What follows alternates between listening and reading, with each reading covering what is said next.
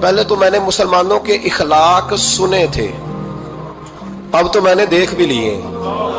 پر یہ بتا جب 12,000 آیا تھا جان کیوں نہیں چھڑائی؟ تو حضرت چارہ کاٹتے کاٹتے رو پڑے، فرمانے لگے تو نہیں نہ جانتا یہ بیٹیاں سانجی ہوتی ہیں، پتہ نہیں نا؟ میرے رسول پاک نے تو حاتم تائی کی بیٹی کے سر پہ کپڑا رکھ کے کہا تھا بیٹیاں برابر ہوتی ہیں، تو یہ نہیں پتا جب اس کی 6 بیٹیوں کی شادی ہوئی ہے میرے اندر روحانیت کتنی بڑی ہے۔ فرمایا پھر 12,000 آیا ہے تو 2-4 بچیاں پھر گئی ہیں، مجھے نہیں پتا میں اندر سے راضی کتنا ہوں، میں تیری نوکری کرتا رہوں گا، پتہ نہیں اللہ کتنی بیٹیوں کو بیاہ دے گا۔ اتنا رویا وہ عیسائی کے پیروں میں بیٹھ گیا، کہنے لگا بابا میں نے تیری مخالفت کی ہے پر تیرے قریب آ کے پتہ چلا ہے کہ تو بہت اونچے اخلاق کا مالک ہے، اور اگر تیرا یہ مقام ہے تو تجھے اخلاق سکھانے والے محمد عربی کی شان کتنی ہوگی۔ ظالم کی بولیے جاتے نہیں لوگ جھوٹے گواہ بن کے، وکیل صاحب کو نہیں پتا ہوتا کہ یہ بندہ مجرم ہے جو میرے پاس آیا، کیا مجرموں کے وکیل نہیں ہوتے؟ بولے تو اس کو پتہ نہیں ہوتا وکیل صاحب کو کہ یہ صاحب مجرم ہے میرے پاس مقدمہ لے کے آئے، اور اگر بے ادبی نہ ہو جائے تو میرا خیال ہے قاضی عدالت کو بھی پتہ ہوتا ہے کہ مجرم کون ہے اور مظلوم۔ میرے نبی پاک صلی اللہ علیہ وسلم نے اس قدر زیادہ سختی فرمائی اس مسئلے میں، فرمایا جس کو پتا تھا کہ فلاں آدمی ظالم ہے، ظلم کر رہا، پھر وہ ظالم کا گواہ بنا یا اس نے ظالم کی مدد کی، کتنی کی؟ شارحین لکھتے ہیں چاہے اس نے ایک جملہ بول کے کی، چاہے ایک، سارے بولیے، چاہے ایک غریب کو اس نے ظلم کیا تو کہتے ہیں علاج یہ سی، چاہے ایک جملہ بول کے کی، شارحین اس حدیث کی شرح میں لکھتے ہیں ایک جملہ بول کے چاہے مدد کی، جس بندے نے کسی ظالم کی مدد کی کسی مقدمے میں یا کسی صورت میں اور اسے پتا تھا یہ ظالم ہے، میرے نبی پاک صلی اللہ تعالی علیہ وسلم فرماتے ہیں اگر اس نے مدد کی، ابھی ظالم کی بات نہیں ہو رہی، ظالم کے مددگار کی بات ہو رہی، اگر کسی نے ظالم کی مدد کی تو حضور فرماتے ہیں خدا بھی اس سے بری و ذمہ ہے، رسول بھی اس سے بری و ذمہ ہے۔ سنبھال کے رکھے اپنی نمازیں، قربانیاں، حج، زکوٰۃ سنبھال کے رکھے۔ اگر ظالموں کا مددگار ہے، الیکشن آ لینے دے، آپ کو نظر آ جائے گا کون کون ظالموں کا مددگار ہے، نظر آ جائے گا۔ اپنی جیب سے لوگ پیسے دے کے ظالموں کی مدد کریں گے، ان کے فلیکس چھپوائیں گے، بورڈ لگوائیں گے، جیبوں سے پیسے دے کے۔ ہم نے خود آگ لگائی ہے چمن میں اپنے، بے سبب گردشی ایام کو الزام نہ دو، ہم نے خود نور کا ظلمت سے کیا ہے سودا، کر کے توہین سحر شام کو الزام نہ دو۔ ظالموں کے مددگار میدان میں آ گئے، یہ چھوٹا لفظ نہیں، میرے حبیب پاک صلی اللہ علیہ وسلم نے فرمایا جو ظالم کا مددگار ہے سن لے جو سجن کے ساتھ کچہری جاتا ہے، وہ یاد رکھے جو دوست کا گواہ بنتا ہے، وہ یاد رکھے جو کہتا ہے میں مانگی گیا تھا، مجھے بلایا گیا تھا قبضہ چھڑانے کے لیے کسی غریب بیوہ کی جائیداد پہ، کب وہ سن لے تو مدد کر کے نہیں آیا، تو خدا کے ذمے سے نکل گیا ہے۔ رسول پاک نے فرمایا تیرا میرا تعلق ختم ہو گیا، تو ظالم کا مددگار ہو گیا،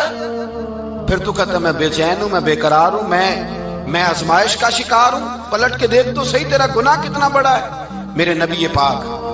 صلی اللہ علیہ وسلم کا ایک اور فرمان سن لیں، ابن ماجہ ابو داؤد میں موجود ہے، اس حدیث کو آپ نے یاد کر لینا ہے، کر لیں گے انشاءاللہ، سارے کہیے انشاءاللہ،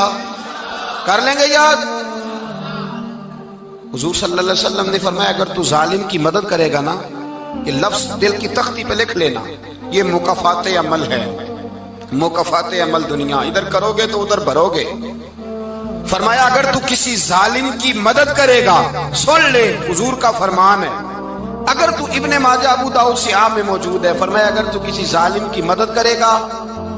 تو رب تعالیٰ مرنے سے پہلے تیرے اوپر بھی ظالم کو مسلط کر دے گا،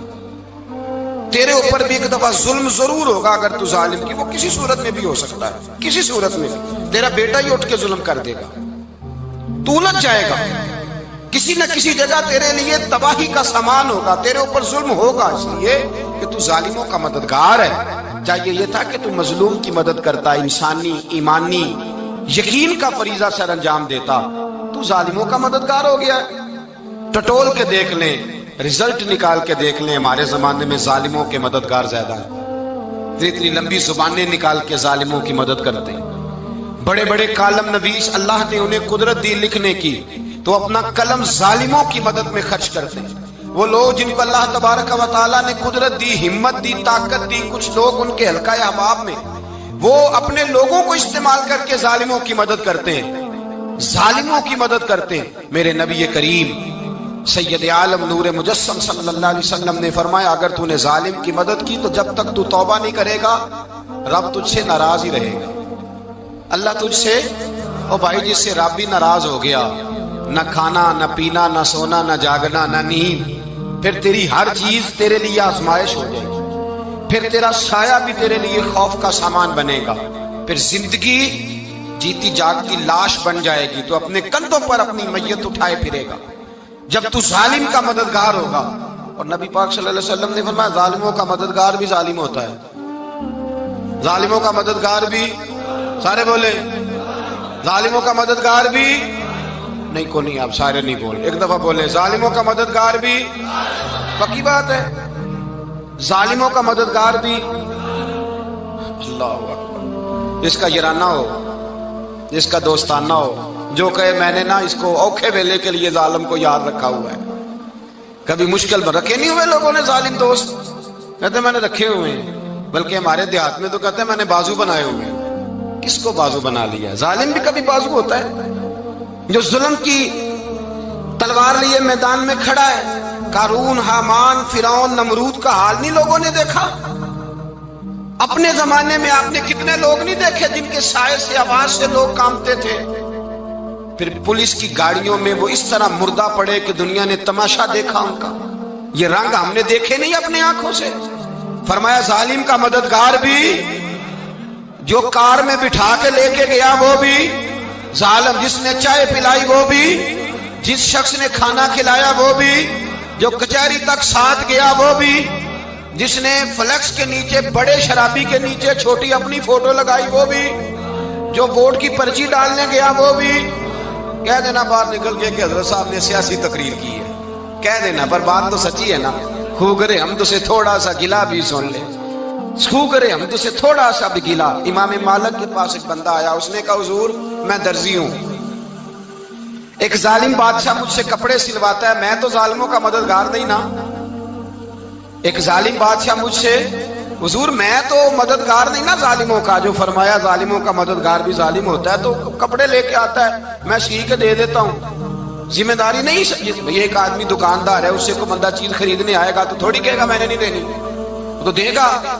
کوئی بندہ اگر کسی شخص سے کوئی کام کہتا ہے جو اس کی فیلڈ ہے، اس کا شعبہ ہے، اس کا معاش کا وہ سلسلہ ہے، کہتے ہیں یا رسول اللہ صلی اللہ علیہ وسلم ظالموں کا مددگار بھی ظالم، حضور نے فرما دیا۔ تو امام مالک سے بندے نے مسئلہ پوچھا، دل کی تختی پہ لکھنے والی باتیں ہیں، کہا حضور میں درزی ہوں، ظالم کپڑے سلواتے ہیں، میں تو مددگار نہیں نا۔ امام صاحب کہنے لگے نہیں، مددگار تو وہ ہوگا جو تجھے سوئی دھاگا فراہم کرے گا، تو تو پورے کپڑے سی کے دیتا ہے، تو تو خود بہت بڑا ظالم ہے، تو پورے سوٹ سی کے دیتا ہے، تو تو بہت بڑا ظالم خود ہے۔ مددگار تو وہ ہوگا جو تجھے دھاگا دے گا، جو تجھے بٹن دے گا، جو تجھے نلکی دے گا۔ جو ظالم سے اتنی نفرت ظلم کر کے بندہ آئے، یہاں تو ہمارے زمانے میں ہیرو بن جاتے ہیں لوگ، ظالم ہیرو ہے، لوگ اس سے ڈرتے پھرتے ہیں، گھومتے پھرتے ہیں، اور بہت سارے کم مزاج لوگ اس کے پیچھے ہاتھ باندھ کے پھرتے ہیں۔ ظالموں کی مدد کرنا، ظالموں کے ساتھ رہنا، یہ ظلم ہے، ظلم، یہ زیادتی ہے۔ میرے نبی پاک صلی اللہ تعالی علیہ وآلہ وسلم نے ارشاد فرمایا، یاد رکھو رب فرماتا ہے میں مظلوم کی مدد ضرور کروں گا، چاہے جلدی کروں چاہے دیر سے کروں، میں مظلوم کی مدد۔ اور حضور صلی اللہ علیہ وسلم نے فرمایا ہے، حضرت معاذ بن جبل کہتے ہیں حضور نے مجھے یمن کا گورنر بنایا، جب میں جانے لگا نا تو حضور نے بڑی نصیحتیں کی، بخاری میں موجود ہے، فرماتے ہیں جب میں پلٹنے لگا تو میرے رسول نے فرمایا معاذ ایک منٹ ٹھہر جا، ایک بات میری یاد رکھنا، اس کو نہ بھولنا۔ کہا حضور کیا؟ فرمایا دیکھنا کسی پہ ظلم نہ کر بیٹھنا، کہیں تجھ سے زیادتی نہ ہو جائے۔ محبوبہ پھر حضور نے فرمایا سن میرے معاذ، میں تجھے گورنر بنا رہا ہوں، زیادتی نہ کر بیٹھنا۔ یا رسول اللہ صلی اللہ علیہ وسلم کیا ہوتا ہے؟ تو میرے کریم نے فرمایا جب مظلوم دعا کے لیے ہاتھ اٹھاتا ہے تو عرش کا مالک کہتا ہے فرشتوں پیچھے ہٹ جاؤ، عرش کا مالک کہتا ہے فرشتوں پیچھے ہٹ جاؤ۔